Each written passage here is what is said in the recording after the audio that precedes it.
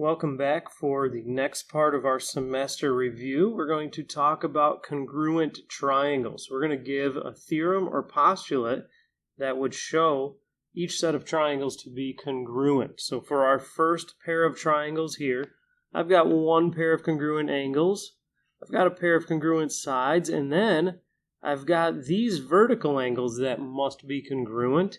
And there's an angle and a side and an angle. So these two are congruent by angle, side, angle.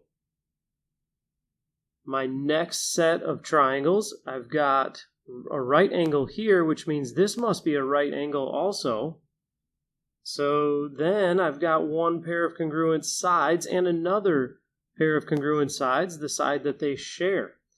Okay, so I've got side-side angle, but side-side angle does not always work. It only works in the case of right triangles when the angle is a right angle. So what we really have here is two right triangles in which they have congruent hypotenuse and a congruent leg. These are congruent by hypotenuse leg.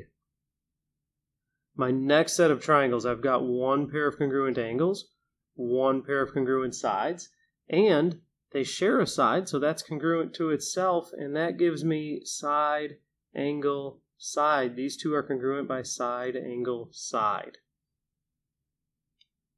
Here I've got a congruent set of sides and a congruent set of angles and vertical angles. So those are congruent, and that gives me angle, angle, side. These two are congruent by angle, angle, side.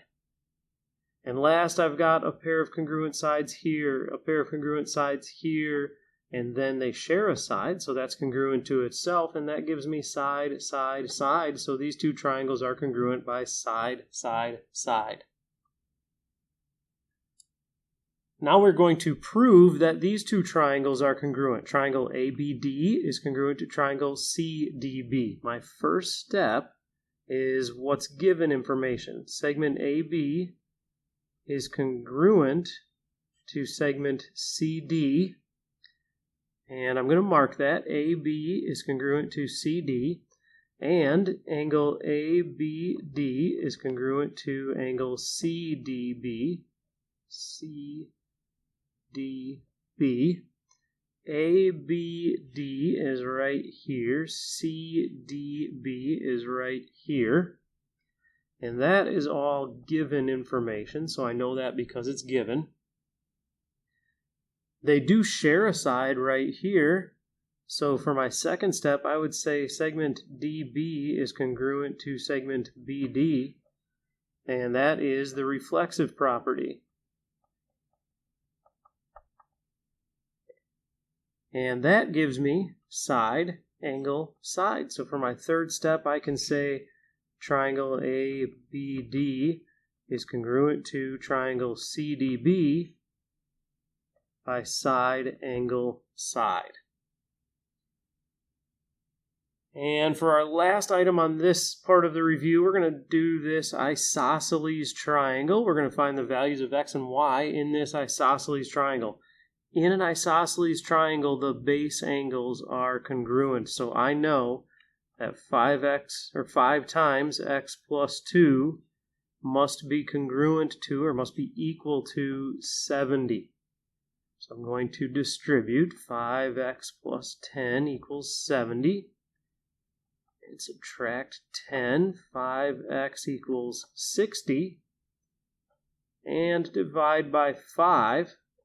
60 divided by 5 is 12.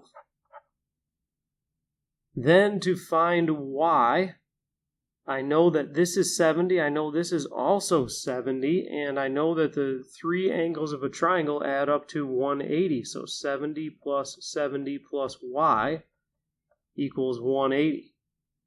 These like terms add up to 140. 140 plus y equals 180. And now I can subtract 140 from both sides of the equation and get y equals 40.